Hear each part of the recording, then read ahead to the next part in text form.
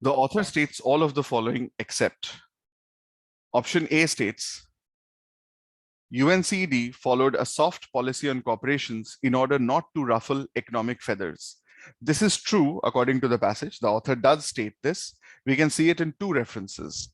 The first one is in the second paragraph, which says the corporate sector, which throughout the UNCED process enjoyed special access to the secretariat, also got what it wanted.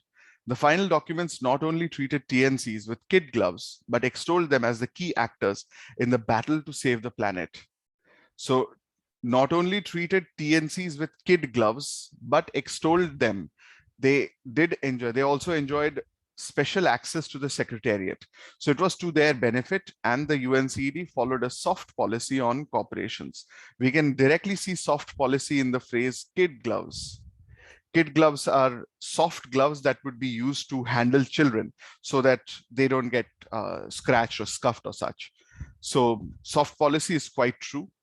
Then again, in order not to ruffle economic feathers, this can be seen from the third paragraph. Unwilling to question the desirability of economic growth, the market economy, or the development process itself, UNCED never had a chance of addressing the real problems of environment and development. So these two references suggest that A is quite true. That is something that the author states in the passage. So A is not a valid answer for us. Option B says the UNCED has paid lip service to the main issues that govern environmental depletion and desecration. We've already seen one reference to this in the third paragraph. We can see another reference in the very same paragraph, and what this is talking about as paying lip service to the main issues. So first off, we see it here. Unwilling to question the desirability of these factors, UNCED never had a chance of addressing the real problems of environment and development. So never had a chance of addressing the real problems.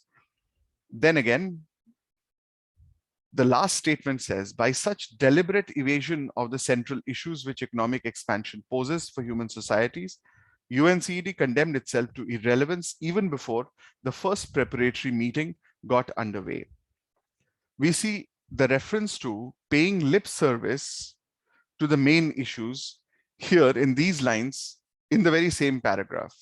Its secretariat provided delegates with material for a convention on biodiversity, but not on free trade, on forests, but not on agribusiness, on climate, but not on automobiles. So we see that certain major issues have been only serviceably functioned. It has paid lip service only.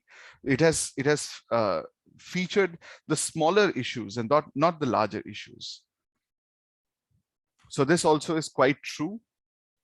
Hence, B also is incorrect, not a valid answer. Option C tells us the Earth Summit has effectively camouflaged ulterior political and corporate motives.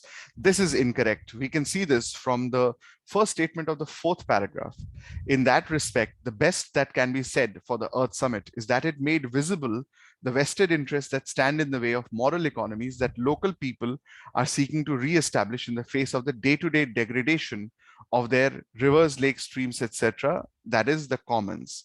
By contrast, figures in government, business, and international organizations whose livelihoods do not depend directly on what is around them tend to view environmental degradation and the protests it provokes as threats to their political interest.